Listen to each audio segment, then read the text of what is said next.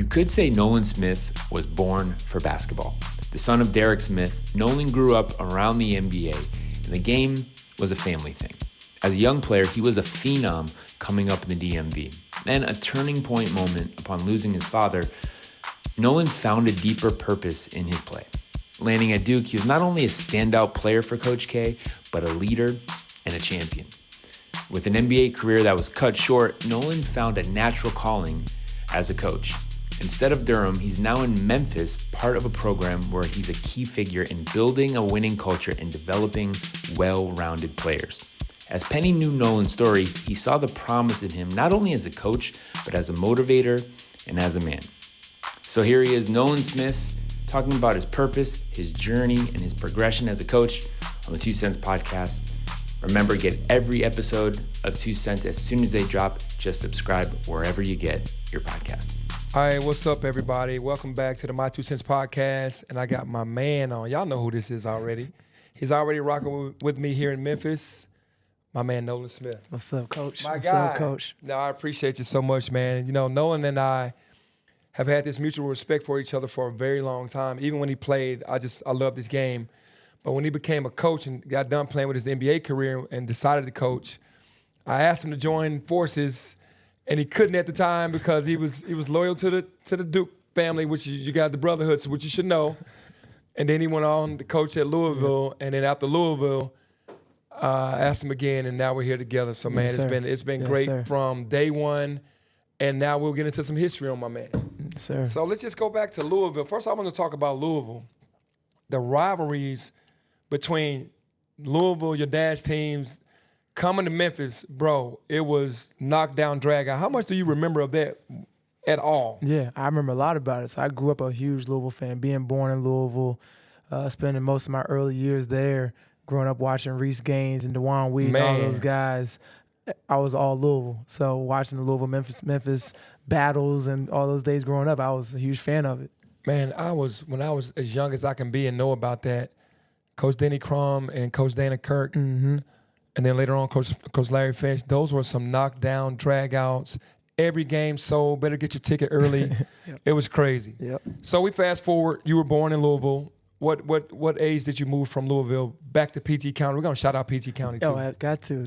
So I was born in Louisville, moved away when my dad got the job with the Washington Bullets. Okay. So that's when he left. He was working there for a minor league ABA basketball team or something like that. And then we moved to D.C. And then from there, I was in D.C. pretty much all through high school until I left to go away. But growing up in Louisville and being around, obviously the great tradition. The place where my dad was a Louisville legend, Yes. won a championship in 1980. So obviously to go back there the last 2 years was a great treat. Just to be there and take the family home and be there with Coach Kenny Payne was a joy. Shout out KP. Yes, sir. It was a joy. Obviously, didn't go the way we wanted to go, but it was still something for Kenny and myself to all be back together where him and my dad were best friends. It was something special to do. Yeah, for me, I can definitely, see that entire situation. It's like it's a gift and a curse because Kenny Payne was one of the better players ever played at Louisville. Yes. And he was alumni, obviously, and then to go back and coach where you played, there's always this fine line, man, because people warn me, if you go coach, it could not end the way you want it to end but I have faith in God that no matter what happens, it's still our alma mater. Yep. You don't want it to end any other way except for the way you want it to end. But at the end of the day, it's always so hard to go back to your alma mater and coach. And unfortunately for KP, he didn't get a chance to do it the way he wanted to do it. But you guys still changed lives and touched people, Absolutely. man. And we're going to talk about the positive side of it, not the negative side. I'm glad he got the opportunity to do so. Absolutely. Because he did deserve that. Absolutely. So let's go to PG County. Let's go to the playgrounds of PG County. When did that game start changing for you, the game of basketball? I think probably as soon as I moved to PG County, I got a sense of how competitive the area is when it comes to sports, but especially basketball and football, and just being around so many guys that wanted to reach the NBA, right? All my peers that I went to the gym with, they wanted to be the best. So growing up with Michael Beasley and seeing Kevin Durant, Ty Lawson, Jeff Green, Delonte West, DeMar Johnson, the list goes on from the OGs to the guys I was classmates with. And it was just such a brotherhood in the area, but also a competitiveness. Like, yo, if you're good, then you can come play with us. If not, you got to go to the gym down the street. You can't even step in on the court with us. Yeah, you know what's so crazy is this shout out to DeMar, DeMar Johnson. Kevin Durant was talking about he looked up to DeMar. Mm-hmm. And DeMar was that dude. People don't understand early on, high school, and at Cincinnati, DeMar was that dude with long, could handle, could shoot, could really play. Shout out to DeMar, man. Yes, That's just that rich sir. history of basketball in the area, right? At what point did you get to Oak Hill, though, from PG County? Yep, so I left the area. I started at St. John's in the WCAC conference, then went to Riverdale Baptist in Maryland. Me and Beasley went there together, and then we left for our junior year and went to Oak Hill. And really, we left just for the challenge. We had done everything in the area. Oak Hill was the Oak Hill back then. Now, obviously, there's 10 to 15 now in NIBC schools. Yep. Oak Hill was the only school like that. So it was myself, Beasley, Ty Lawson. We all left PG County, went up there just to play against the best of the best, travel around the world, go to LA, go to Chicago, go to Philly, go to all these different cities and play the best teams in the season, see how good we were. Shout out to Coach Smith. Coach Smith he's a legend for sure. Talk about Mouth of Wilson. I never got a chance to get there, bro. You coming from PG County going to Mouth of Wilson. Yeah. Talk about, I'm not trying to dog it, but man, no phone signal to this amount. You're out in the boonies. Yeah. Just talk about it. It's very unique, very unique. So you go up there probably about 30 miles before you even get to campus, you're going to lose service. So right then you're getting close to campus. Yeah. So as soon as you get there, you're checking your phone. No text, no signal. It says no signal, so don't even think about it. Put your phone in your backpack. You don't even need it until you're about to leave campus again. So once you get there, it's straight basketball. It's straight basketball in school, and you get unlimited access to the gym, and that's what we wanted. Tyler, myself, we were in the gym at 4 a.m., 5 a.m. before school started. Had to be in school, in the cafeteria, eating breakfast at 7 a.m., in the chapel at 7:50. You're in school all day. Then it's practice. You're in there just playing 1-on-1, 2-on-2, 3-on-3 all day long. Yeah. And that's what we wanted. We wanted to work on our games. We wanted to get better. Yeah, just talk about the mentality that you have to just go to Mouth of Wilson, to get there, to go to Oak Hill, and just be so locked in because it was nothing but that. Yeah. You got to be able to sacrifice, something that obviously you and I both know in order to make it to where we were able to make it. Obviously, you made it way higher than me, being a legend and all, but in order to sacrifice and get to where we want to get to and with this game, you have to make that sacrifice as far as saying bye to your friends, bye to your mom, bye to all the social activities that you're probably going to miss out on, and just say, hey, I'm going up here to lock in on basketball, and that's it. I'm cool with making that sacrifice. I remember my mom said, are you cool doing this? I'm like, absolutely. I'm like, I want to go up here and lock in on basketball. This is what I want to do. She's like, all right, well, I'm going to miss you. I'm like, I miss you too, Mom. I'm like, all right, but this is what you got to do. Yeah, that's the commitment that you got to have to be great for sure. So at what point did you start getting recruited? You got your first letter and like, all right, we want you. Yep. I got my first letter probably in 6th grade. Okay. In 6th grade. I got it pretty early. So being the son of an NBA player, I was around basketball my whole life. And I'd probably say, people ask me, like, what was my biggest challenge in basketball? It's probably being the son of an NBA player. And obviously, your son, Jaden, for sure. right? They know what it's like. It's tough. It's tough, but for me, I took it as a challenge to always have a target on your back, to be like, man, you think you're nice because your dad played in the league, right? Yeah. All right, I'm gonna show you I'm nice too, right? Right. So that's when I always had that chip on my shoulder to follow my dad's footsteps, but then also do it for myself at the same time. Right. Obviously, with him passing away when I was 8, that kind of gave me more of a why. My dad's not here, but I'm still gonna make it. Yep. I'm still gonna chase my dream without my dad and show everybody that I'm still that. Yeah, no, you did a hell of a job, man. Honestly, just what was like the process of when it started to get so much on you and your mom, like, we got to make a decision. Like, just start talking about the last 5. You know how you have your final 5 before you make your pick? Who was that? So my last couple of schools, I kept it very, very small. I didn't really open up to a lot of schools. It was Kansas State, Louisville, and Duke. Okay, those 3. And Duke came in, I'd probably say fairly late. Coach Johnny Dawkins came in. Him and my dad were teammates with the Sixers. And so a lot of the ranking sites had me committed to Louisville as like a 7th grader. Right. And I didn't open it up or call anybody and say, I was open up until probably my sophomore year and say, hey, I'm opening up my recruitment. And as soon as I did that, Duke called, Kansas State called, which is where Beasley was committed to. And Coach K and Johnny Dawkins flew up to PG County into our home for an in-house visit. And the minute they left the house, my mom said, "You're going to Duke." And there was just something about Coach K that she believed everything that he said. And she said, "That's the coach for you." Man, that's shout out to moms for just that discernment. You know, the women have that feel, Yep. and they know what's best for their babies for sure. Right. That's right. So you get to Duke. So you signed with Duke. We obviously know that. You get to Duke your freshman year. What is that like to be on campus in Durham?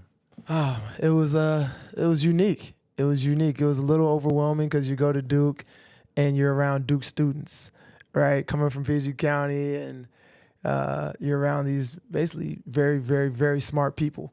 Right. Right. And so you're a little bit overwhelmed, a little intimidated on campus. But, you know, obviously we know we're there to do a job. We're there to be basketball players. Yeah. But you choose a school like Duke to kind of get the best of both worlds. So it's like, all right, you're coming here for the academics, but you're also coming to play basketball. And that was probably the toughest part, adjusting, is being able to balance school and basketball. But once I figured it out and learned time management, okay, I can do both. Right. I can throw myself into Duke, throw myself into Durham, the community, because the community reminded me of back home. Okay. Like Durham, the community, is a place that I still call home. It reminds me of DC a little bit, just on a smaller scale. Yep. And then Duke is obviously right there next to it, and it's its own little unique community as well. Yeah, so did you struggle your freshman year? Did you feel like you struggled? Absolutely. Absolutely. Especially going in as a McDonald's All-American. You go in, you think you're just going to play right away, and you still have to learn. You have to learn a lot. Coach K, what he asked of us was, the biggest thing for me was talking. You know, you come into college, and you have to learn how to talk. And I think when you're a high school kid, you know how to play, but you don't know how to talk the game. Yeah. And Coach K was like, "Man, you don't talk. How can I trust you if you don't talk? I can't. You can't be the coach on the court for me if you're not talking to the team." Right. I'm like, dang, but I'm killing them. I'm getting buckets in practice. I'm thinking I'm doing all the things the right way, but I didn't talk enough. So that's where things my freshman year kind of were up and down. I played, but I didn't play as much as I wanted. So then that next year, really that summer, Johnny Dawkins left. So when Coach Johnny left and went to Stanford, I was about to transfer. And then that's where my mom came in and said, "You don't run from nothing." Right. She's like, "You don't run from nothing. Right. You chose Duke. You chose Coach K. You're not going anywhere. You're going to call Coach K, let him know you're locked in with him." Yep. And I had to do that. It was a tough call because there's a lot of speculation. I had to call Coach, "Hey, Coach, sorry I've been ducking your calls, but I'm locked in for next year." And when he said that, he said, "Son, I need you to trust me." I was like, "Okay, I got you." And as soon as he told me that, our relationship grew tighter, and I went back and started my sophomore year. And I trusted Coach, and from there it kind of took off. Yeah, so the sophomore year, how was this so much different than your freshman year? Everything I learned my freshman year, I took it to heart. I listened to what the coach was telling me. I came back. I was vocal. I was defending. I was making my teammates better. And I knew the offense a lot better, so I knew how to kind of be a point guard. And the crazy thing, I was still kind of learning who I was as a player that sophomore year too, because I was so caught up in being a point guard that I started to forget that I was kind of a scorer. Right. But it was like, oh, it's okay to do both. Yeah. So then once Coach K kind of was like teaching me how to do both, I didn't really figure that out until the end of my sophomore year. So mid sophomore year, there was a little bit of a hiccup where I lost my starting job because I was so caught up on running the team that I kind of forgot who I was as a player too. Right. Did the summer league after your freshman, did you play at Central in the summer? That wouldn't start till the next summer. Okay, didn't start until the next summer. Okay, so you have a sophomore year. You say you lost yourself, because that's difficult as well, because as a scoring point guard in a system like Duke, you kind of got a lot of All-Americans around you. So you're like, I don't want to make it seem like I'm trying to be so aggressive that I'm not making my teammates better. And then you get to a point where you go, I got to make my teammates better, and you lost yourself. So let's talk about the big years, the junior year. That's the year. So how did that year start off for you? So now this is my third year. How are you feeling? So now I'm very loose. So I started out that summer at the Pro-Am. Okay. Started that summer at the Pro-Am, NC Pro-Am over at North Carolina Central, is where I kind of gained all my confidence back as far as who I was as a player. Coach was telling me, hey, it's going to be a big year for you. You've seen it at the point guard spot. Now it's going to be you and Coach John Shire kind of sharing roles as like combo guards, because he's a scorer, you're a scorer, but both of you know how to play. You both are high IQ guys. Be yourself. So I went to that year just with so much confidence and freedom to kind of make plays, passing and scoring. And from there, averaged 17.5 points a game around there. We kind of had a three-headed monster with Shire, Kyle Singler, and myself, where all of us could just make plays. We had two big guys that just knew their roles. They set screens and rebounded. And they'd get an offensive rebound and kick it right back out for a 2-for-1 3. What a dream. Right? It doesn't get much better than that. No, it doesn't. When your bigs go, hey, you take this. You got another one. Yeah, no doubt. So it was a big time junior year, and obviously that's the year that we won, and we had a really, really good, really just old, tough, and together team. What were your emotions, man, as the clock was ticking down and you knew that you had won that thing, man? What were your emotions at? Oh, I was a wreck. I was a wreck because for me, heading into that game, Coach K came up to me in the media. Actually, we were doing media, and everybody was talking about Butler and their story. Yep. And Coach K said, "We have a bigger story right here," and he tapped my hand. Nobody knew what he was talking about, but me and my dad were both won championships in the same city 30 years apart. Oh, wow. That's crazy. Coach K never spoke about it, never made it a big deal, but he kept that between me and him. So when that clock was running down and I knew I was about to do something that my dad did 30 years apart. In the same city. In the same city. Wow. My emotions was just pouring out. Yeah. I carried my dad's ring around the whole tournament. And I didn't realize it until Rick Bozick, who's one of the beat writers in Louisville still, he wrote an article heading into the Final Four saying Nolan Smith has a chance to do something his father did 30 years apart. Wow, that is – if God is good, man. God is real for sure. Yes. So you go through that. Now, what did you do that summer? Did you play back at Central again in the Pro-Am after that? Because now it's a big target on your back. Now the Carolina dudes is like mad at you. Yeah. The whole little area is mad. But how was that summer going into your senior year? That was probably one of my best summers because I'm just riding the wave of being a national champion, but then my confidence is sky high. And then going back with Kyrie Irving coming in, great class with Tyler Thornton, Josh Hairston, but with Kyrie coming in, my mentality was, okay, I have this really talented freshman coming in, but this is my team, right?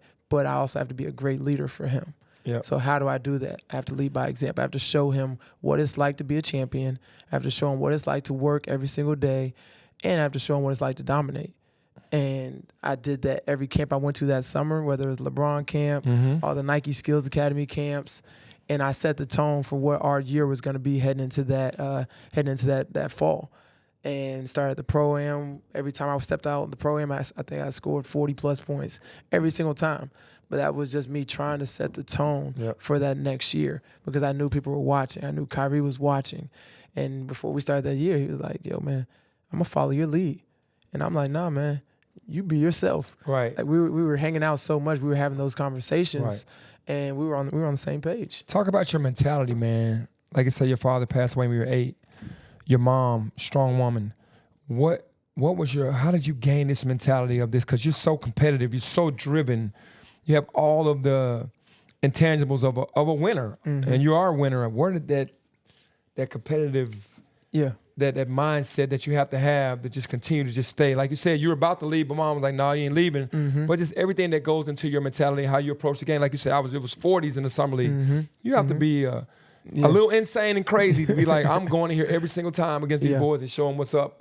And driven. Yeah, a lot of the mindset comes from my mom. Okay. Of just being resilient and being tough and being able to battle through whatever.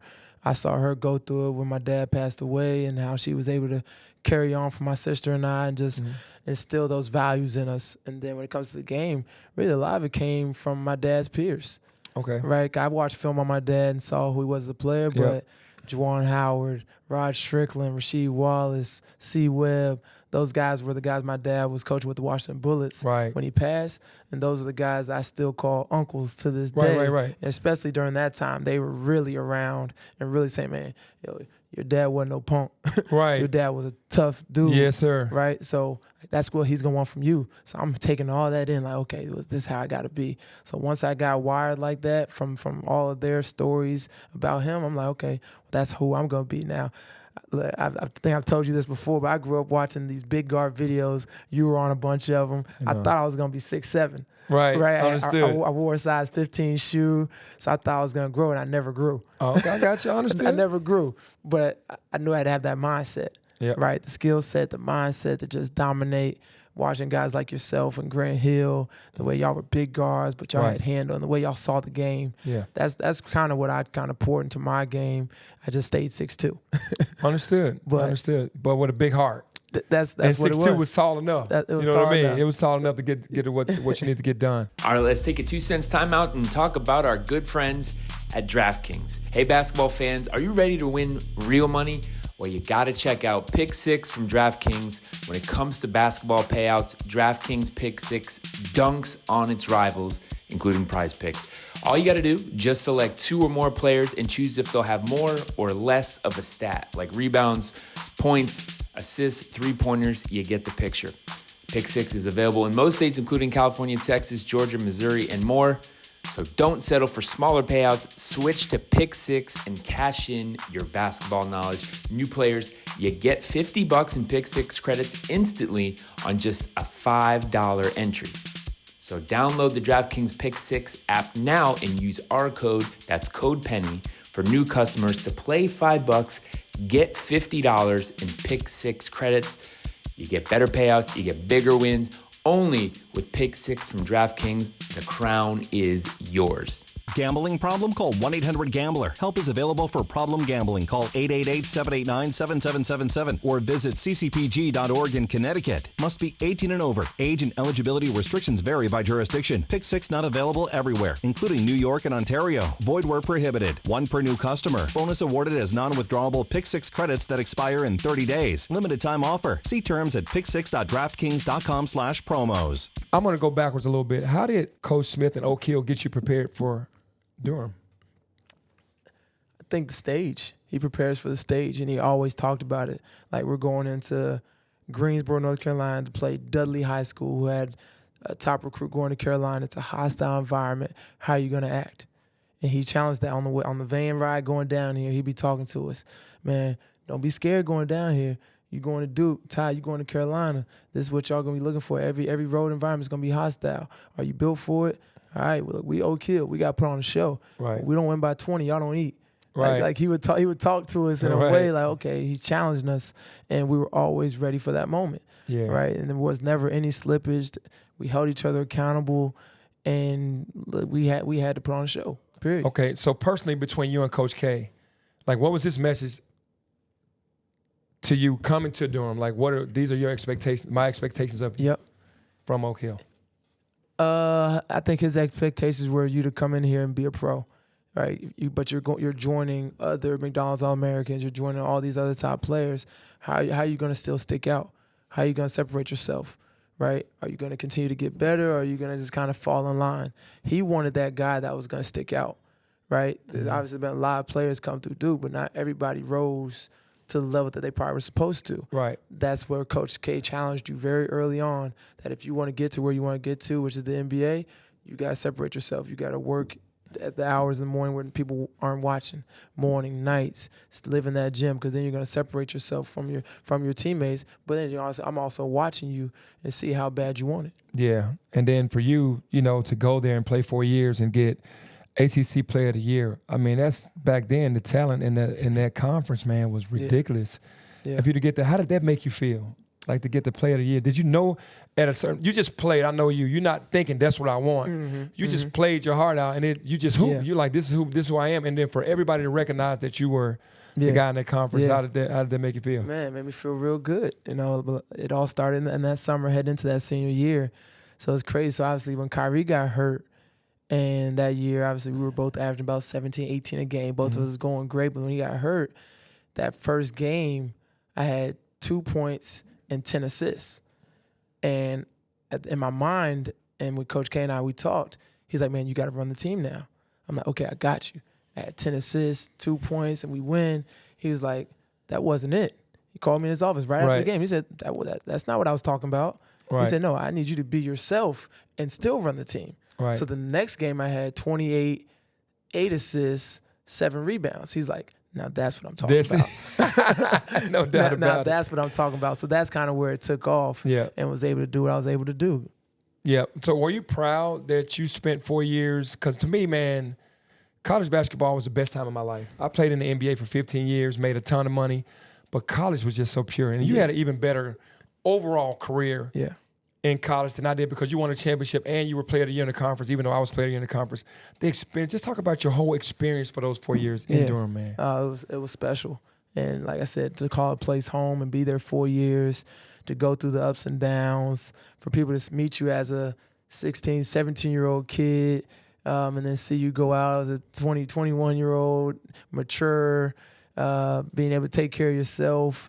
And a lot of people in Durham I call family. You know, they were there to see me through all those years. On campus, professors, just the relationships that I was able to build down there were very special. I think if you're only there for 1 year or 2 years, you know, you miss out on some of that, right? Yep. So I think that was probably the biggest thing when you choose a school, to be able to go there and just throw yourself into all of it. Yep. You know, obviously the climate of college basketball is so different now. Yep. You might not get that, but you know, I think you and I would obviously both say if you're able to still throw yourself into your university, Yep. you know, it's still the people that are going to take care of you when the ball stops bouncing. To be able to go back to that school and you know, just say, hey, look, I poured my heart into this university. You know, what you got for me? Right, exactly. what you got for me? And exactly. that was Duke for me. Yeah. You know, to be able to stay there 4 years and just, you know, really enjoy it on and off the court was a huge part of my life. Yeah, that's good, man. That's all feel-good story for sure. So now you're done. You get player of the year. Now it's time for the NBA. Yep. How did that, after the season was over, because you were supposed to go back-to-back, y'all didn't go back-to-back. Yep. Now it's time for the draft. Where's your mind at? Just get ready. Just get ready. The draft process was great. I was the hunted during the process, which was You had to play against a bunch of guys. I had to play against a bunch of guys. So I was probably the sixth best point guard. You had Kyrie, Kemba, Jimmer, and I think Brandon Knight. And the couple of other guys were untouchable as far as workouts. They were only individual workouts. Yeah. Only individual workouts. So I was always seeing Iman Shumpert, Shelvin Mack from Butler, Josh Selby from Kansas, and I saw them in every workout. Right. And I had to be ready. Yeah. Right. Those are some tough boys right there. I had to be ready. And you know, in the morning time, you get in that van, get ready to head to the practice facility, and you sitting there all quiet, and you kind of seeing who's getting on, seeing who's walking on the van. Like, okay, you saying good morning, but you really sizing them up. You sizing them up. Like, okay, we about to go play 1-on-1, 2-on-2. I'm about to kill you. Right. I don't have a choice. That's the mentality. Kill or be killed. I got to go at you. Like, what's up, boy? Yeah. All right, all love. Yeah. We'll talk shop after this workout. Yeah, no doubt. But it was a fun process that I was built for. I was in great shape. I was ready to go at whoever.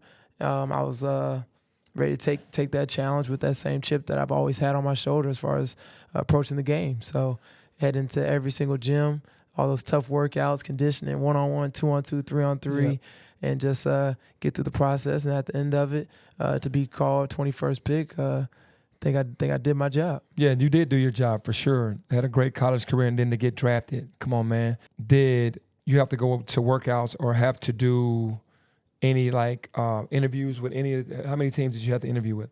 I probably interviewed about 15 teams. Okay, we're not going to go through all the teams. I'm not going to put you through that, but you had 15 teams. 15 and Portland teams. was one of them. Yes. Okay. Yes. How did you feel after the Portland? Did you have a feel like, I killed that interview? Absolutely. They asked those tough questions like, how'd you feel when Kyrie came back?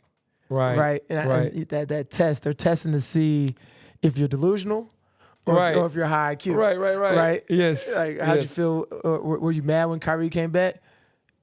If you say yes, you're selfish. Yep. If you say no, you're a great teammate. Yes. If you invited him back, okay, that's the type of guy we want. Yep. So obviously your agent prepares you for those questions. Make sure you're ready. But I'm the type of guy. Everything for me is always genuine. So even though we prepared, my answer were real answers. I think the room, the GM, assistant GM, the head scout, the president, you're sitting in this room, they're all just staring you down. Yeah. Right? They can read what's not real and what's real. And it's intimidating. Oh, yeah, very. I did Milwaukee. I'm sorry for interrupting. I did Milwaukee interview. It was like 60 people in there. Yeah. Yep. I was like, all these people, and Coach Dunleavy was the coach in Milwaukee. And he was just asking me all these questions, and I was answering them to the best of my ability. But he had like 60 people in there, bro. It's intimidating. Talk about that for guys who've never been through the interview process. Oh, man, it's so intimidating. When we did it, we were in Chicago in the hotel, and you have all these players walking around. The hotel doors are propped open, waiting for you to go in the room. and you knock on the door, you just hear a voice, "Come in." Right? It's not a very inviting voice either. No. It's like basically like, "What do you want?" Yeah. Like you know who it is, but Yeah. come on in, son. Sit right there. And it's all these people, the GM, assistant GM, president, all the head scouts, all the people that have been watching you all year long throughout the college season, and they just start drilling you. What your mom do? Yes. Who's this person? They're always at the game with you. Yeah. Who's this person? We watched this game and you went and sat down and you put your head down. What was that about? Were you upset? So all these little things that they've watched all year long, they've done their homework on, they're drilling you. It's a lot of pressure to it. Yeah. And if you're not prepared to go in those rooms and be professional, you can go from a top 15 pick to the last pick in the draft or a late second round, and you wonder why people slip and fall in those situations because they're not prepared. Yeah. Or they want to be themselves. Yeah, some people have actually risen in the draft or fallen in the draft over those interviews. Oh, yeah. Because it's so important. If I'm going to pay you millions of dollars, I need to know that you care, first of all. Oh, yeah. And then I need to know where your mental is. Yes, sir. I mean, Yes, it's just how it is. So your process, you get to Portland, you're drafted by Portland. It's a great time. You get to Portland. It was summer league then? No. No summer league. So Lockout. you just went straight. Oh, it was a lockout year. Oh, my goodness. Okay. Yep. So that was a very unusual draft. So we get drafted. They call me. They fly us out. And me and Ray Felton had just got traded there. Luke Babbitt was there. Yep. We're taking pictures. And I got drafted by interim GM, Chad Buchanan. Okay. So Chad comes up to us after the interview with all the press and all that. We hold our jerseys up, and it was all fun. Like, all right, well, we'll see you when we see you. And that was it. Wow. So I flew out. To get drafted like that and then to have to go. Bye. So I get on the plane that night with my family, head back to, I think they flew back to D.C., I went back to Durham. So we knew the lockout was coming. Everybody was preparing us for it. So I kept my apartment in Durham, flew there. I was basically a fifth-year student after getting drafted, just hanging out around campus, using the gym, using the facilities. Kyrie was there. Kyrie actually stayed in school because the lockout was coming, so he just stayed in school through the first semester, just take some extra classes. So it was very, very unusual to get drafted during that time. Because then I think I was sitting at home around like a week before Christmas, 2 weeks before Christmas. And they're like, all right, lockout ended. Yep. All right, get out here. We're going to have a week training camp, and season started. So how was your rookie year? Like, just talk about your experience your rookie year when you finally get in there after a lockout season. Yeah. And it's already December. So how are you feeling? It was a blur. It was a blur. Like, went in ready, trained hard to go into training camp for that week, to go in and be just ready as much as I could be. But after the first week, I remember Coach Nate McMillan called me in his office. He's like, man, you came in shape. You had a great training camp. I could tell you're ready to play, but I got to go with my vets. And I was like, all right, well, this is the business side of things that people told me about. Yeah, and how did that make you feel? Because this is your first time facing that type of adversity as a player. Yeah. Oh, it was tough. It was tough to hear, especially when I knew I could play right away. I knew I was ready to help. I knew I could affect winning in some way, whether I picked up 94 feet, whatever they needed me to do to help out the OGs. I had an older team, too. I had Kurt Thomas, Jared Jeffries. Oh, yeah. They were older. Jamal, Ray Felton was like in year 9 or 10 at that point, too. So we had an older team. But I knew I could help. So I go home that night. My sister lived with me in Portland. I go to her. I was like, man, Coach told me I basically got to stay ready. And she was like, all right, well, she's like, well, you're used to that. Stay ready then. Right. I was like, no, I'm not used to that. I don't know what he means by stay ready. Right, for sure. So I had to figure it out. So I talked to Ray Felton, even though he's Tar Heel, me and him, we became brothers. He's like, man, just stay in the gym.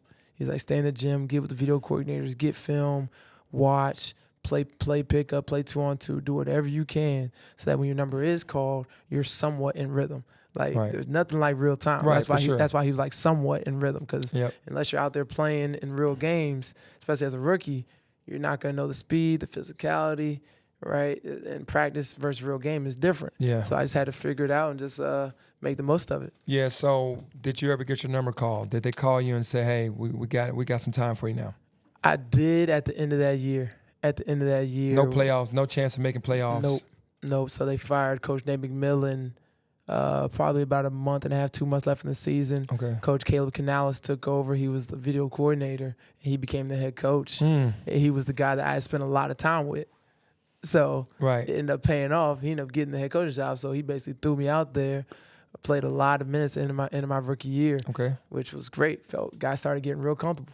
Yeah. Now let's talk about the transition to overseas. Like, what made you decide to just say, you know what, I'm just gonna get out of here and just go and just get money? Man, I think really it was after my second year, I tore my calf. Oh, wow. Yep. So I had tore my calf muscle, missed training. I was getting ready to sign with the Celtics.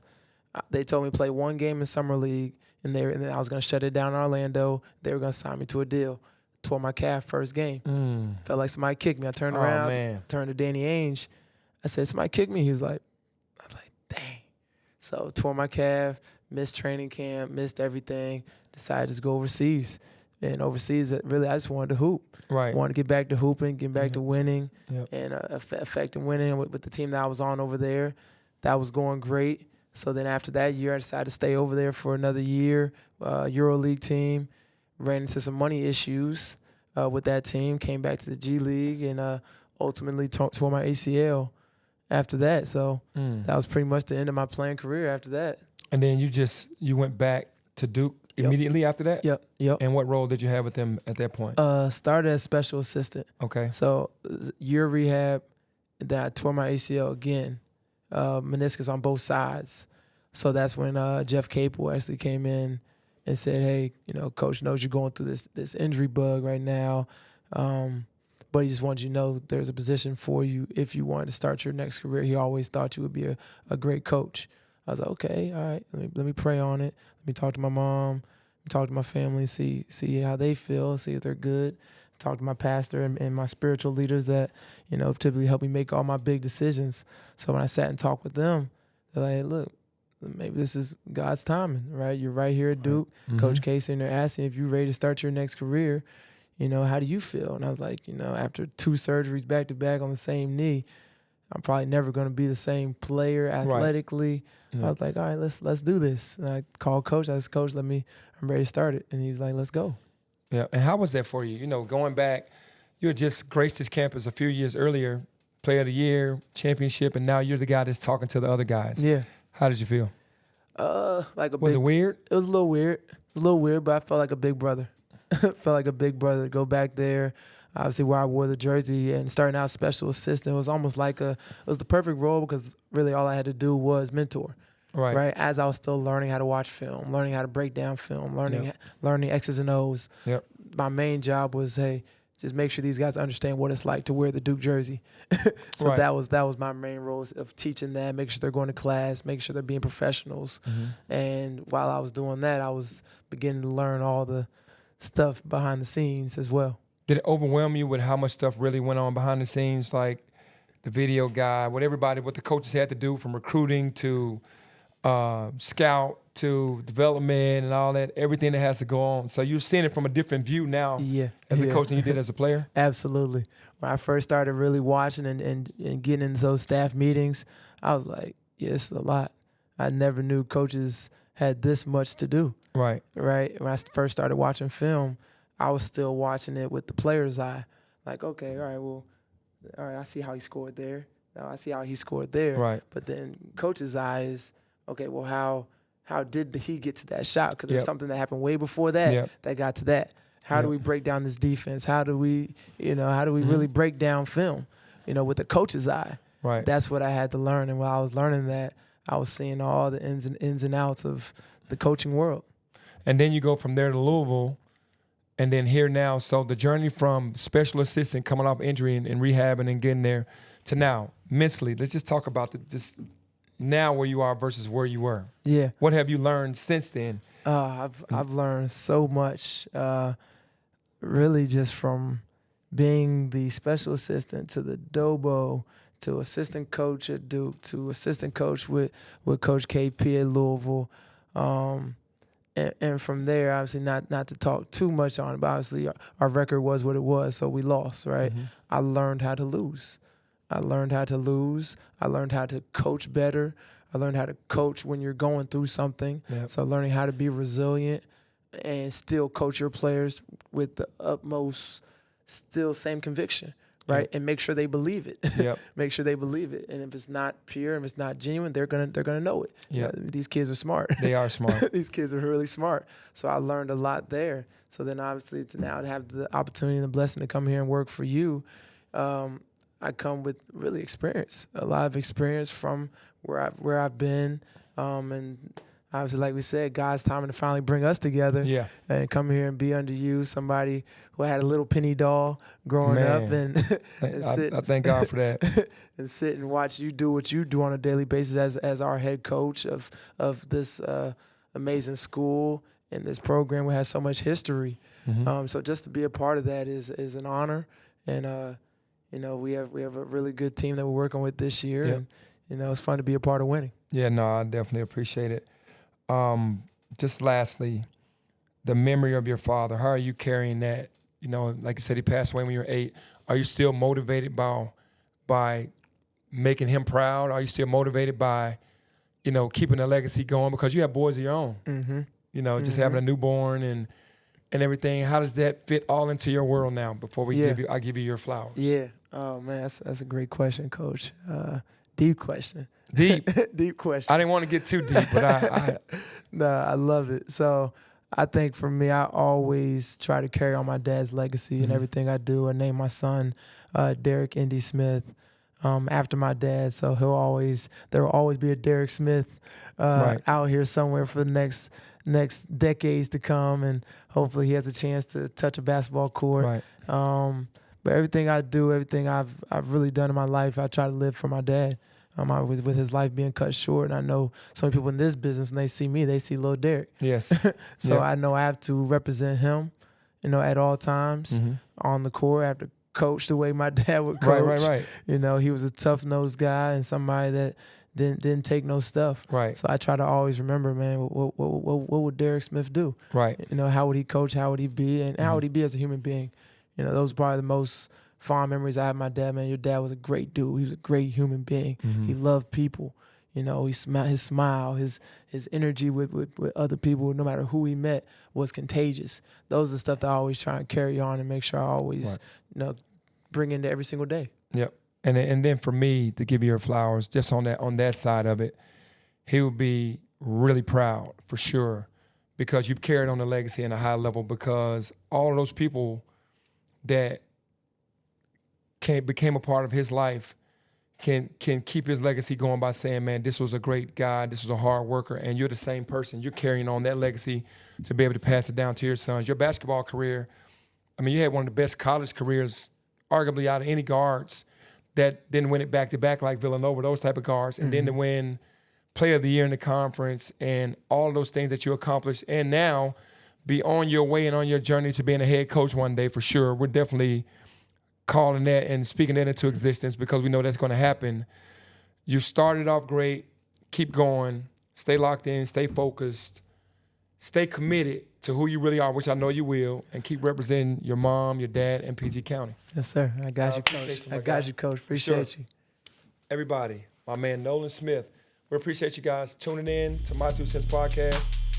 See you next time.